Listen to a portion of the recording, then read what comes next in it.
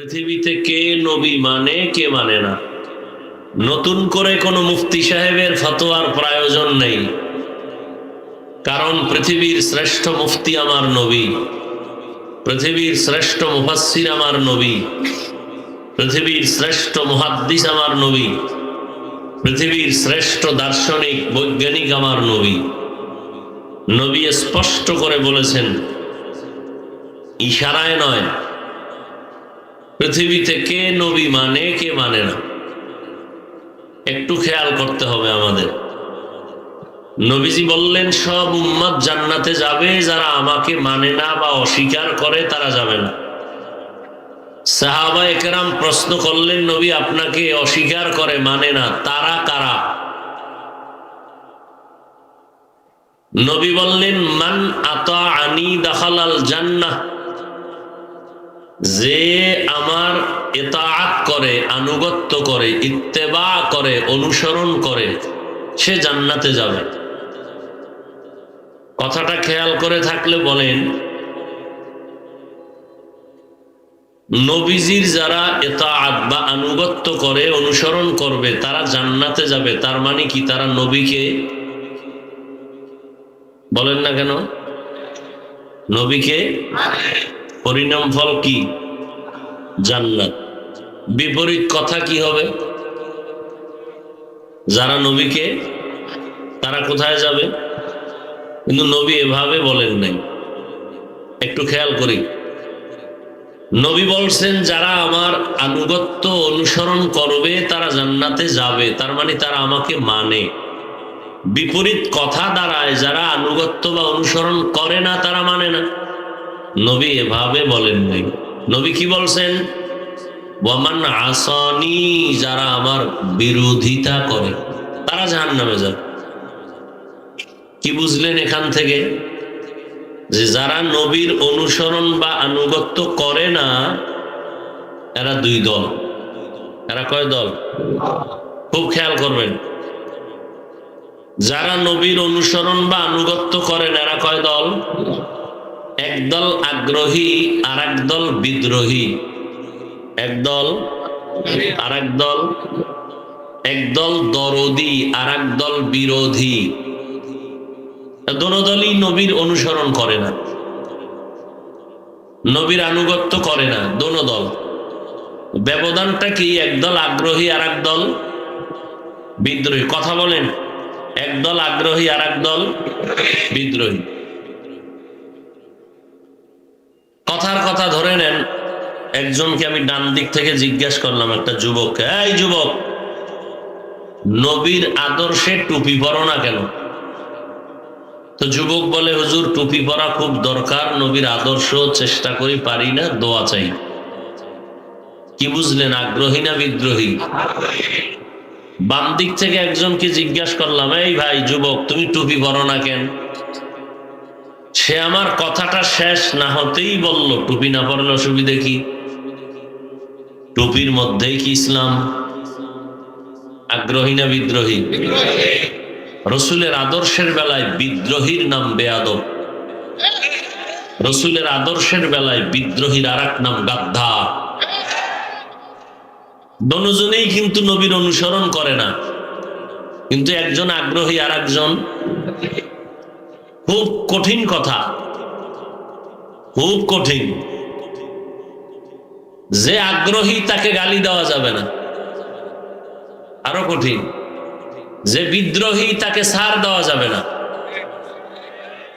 ব্যবধান বুঝেননি?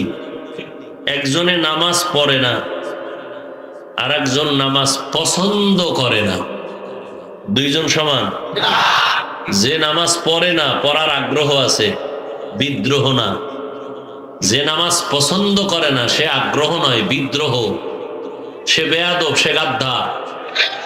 তাহলে আগ্রহীকে গালি দেওয়া যাবে না, বিদ্রোহীকে ছাড় দেওয়া যাবে না, সুযোগ পেলেই জুতার বাড়ি।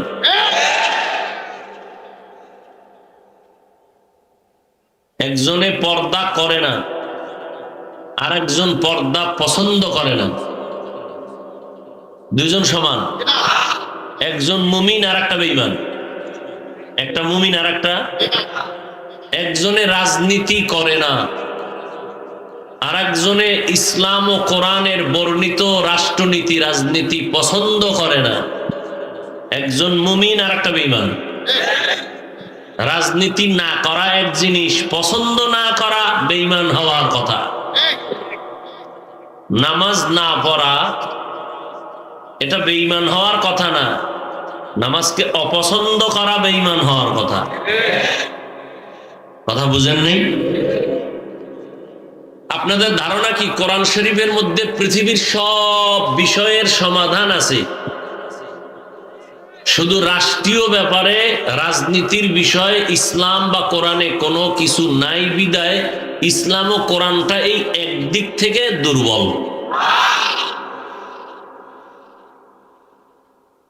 কোরআন শরীফ দুর্বল না? কেন বলেন কোরআনে এইটা নাই সেইটা নাই? হ্যাঁ, আগ্রহী না বিদ্রোহী? আপনি রাজনীতি করেন না, আপনাকে গালি দেওয়া হারাম, জায়েজ নেই। পছন্দ করি না যদি বলেন তাহলে কথা আছে। এখন অনেকে হয়তো না যাই নাও বল, অথচ কোরআন শরীফে রাজনীতির সূরাও আছে। রাজনীতির জীবনেও শুনেন না, আমি বলে যাচ্ছি, লিখে রাখেন। তবে আপনাকে ওই পচা ধান্দাবাজি রাজনীতির সিস্টেম ইসলামে নাই, অনুমতিও নেই। রসুল যে রাষ্ট্রনীতি কায়েম করছেন, দেশ পরিচালনা করছেন, সুলাইমান নবী দেশ চালাইছেন, ইউসুফ নবী রাষ্ট্র চালাইছেন, এগুলো কোরআনে আছে, এগুলো পবিত্র। সুলাইমান বিলকিসের ঘটনা আসেনি কোরআন শরীফে? ইউসুফ নবী আর জুলাইখার ঘটনা আসেনি? আল্লাহর কসম সবগুলো রাষ্ট্রনীতির বয়ান। আমাকে কোরআন শরীফ দেন আর আপনারা বাংলাটা ধরেন, আর আমি ব্যাখ্যা করে যাই, টের পাইবেন রাজনীতি কত প্রকার আর কি কি। আমাকে হুজুরেরা বলে না কেন? আল্লাহ ভালো জানে, আমিও কিছু জানি, তো বলার দরকার নেই। আল্লাহ হেদায়াত দান করুন। আরো জোরে বলেন। তাহলে ভালো করে মনে রাখবেন, তার যে নবীর আদর্শ অনুসরণ করে না তাকে গালি দেওয়া যাবে না, কিন্তু যে পছন্দ করে না তাকে ছাড় দেওয়া। আল্লাহ বুঝার তৌফিক দান করে। তাহলে এখন কি বলবেন? যে টুপি পরে নাই সে নবী মানে না? এখন বুঝতে হবে সে কি আগ্রহী না বিদ্রোহী। ইসলাম এত কঠিন না আর এত পানিও না। ইসলাম এত কঠিন না একজনে টুপি পরে না আর আপনি ফট করে গালি দিয়ে দিবেন না। রসুলের ইসলামে তো গালি নেই। আচ্ছা আমাকে বলেন তো, রসুলের যুগে ইসলামের বিপক্ষে দুশ্মন ছিল? বর্তমানে যে দুশ্মন আছে তার থেকে তারা খুব দুর্বল না কঠিন? নবীজি মোকাবেলা করেছেন, সাহাবায়ে কেরাম করেছেন। বলেন তো গালি দিছেন কয়টা? কি ওলামায়ে কেরাম বলেন? বুখারী শরীফে দুই একটা গালি নাই? আপনারা গালি শিখলেন কই?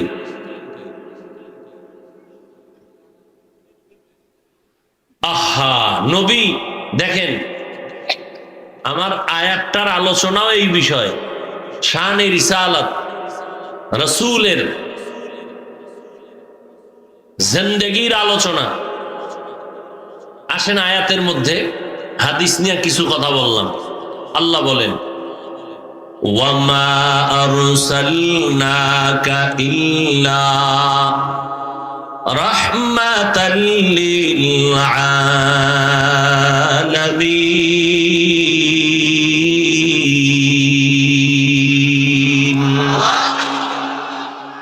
এখানে আবার খেয়াল করেন আল্লাহ কি বললেন? হে নবী, আপনাকে আমি পাঠাই নাই? হ্যাঁ পাঠিয়েছি, রহমত হিসেবে জগৎ সমূহের। আচ্ছা এটা ঘুরাইয়া না বললে ডাইরেক্ট বললেই তো হইতো, হে নবী আপনাকে জগৎ সমূহের রহমত করে পাঠাইলাম। ঘুরাইয়া বললেন কেন? হে নবী আপনাকে আমি পাঠাই নাই? হ্যাঁ পাঠাইছি। ফাইলুল হাকিম লা ইয়াখলু আনিল হিকমাহ। জ্ঞানীদের কাজ জ্ঞান থেকে খালি না। হাকিমের কোনো কাজ হিকমত থেকে শূন্য না। আল্লাহ বুঝাইলেন, দুনিয়ার মানুষ, তোমাদের জেহেনটাকে আমি পরিপূর্ণ সাফ করে বুঝাইলাম। আমার নবীকে পাঠাই নাই বইলা তোমার জেহেন পরিষ্কার করে ফেললাম। এইবার নতুন করে নেও, আমি নবীরে পাঠাইছি জগৎ সমূহের রহমত। তার মানে নবীর পুরা জিন্দেগিটাই রহমতের চাদরে আটকানো, পুরাটাই রহমত, কোনো গজব নাই। আল্লাহ কয়, নবী আপনি অর্ডার দেন, জিব্রাইল পাঠাইলাম তায়েফের মানুষ মেরে ফেলি। নবী বলেন, না, মারা যাবে না। ওদিকে মুনাফিকের সর্দার মারা গেছে, জানাজার জন্য নবী রেডি। ওমরে ফারুক আনজা করে ধরলেন মুনাফিকের সর্দার, শুধু মুনাফিক না, মুনাফিকের ডাইরেক্টর। তাকে জানাজা পড়া ঠিক হবে না। নবী বলেন, আমি যাব। নবী গেলেন, জানাজা পড়াইলেন। ওই মুনাফিকের সর্দার তার ছেলের কাছে বলছে, তোমার নবীরে কইও তার শরীরে স্পর্শ হওয়া একটা জামা যেন আমারে পড়ায় কবরে দেয়। আল্লাহ কোরআনে আয়াত নাজিল করে বললেন যে আপনি 70 বারও যদি ইস্তেগফার করেন ওই মুনাফিকের বেলা, আমি তা কবুল করব না, গ্রহণ হবে না। বুঝেননি নবী কেমন রহমত, কেমন মায়ার নবী আমার, রাহমাতুল লিল আলামিন। এই ইকো দিও না, রিভাব বুঝো, ডিলে বাড়াও, ইকো বন্ধ করো। তোমাদের জন্য আলাদা ক্লাস খুলতে হইব।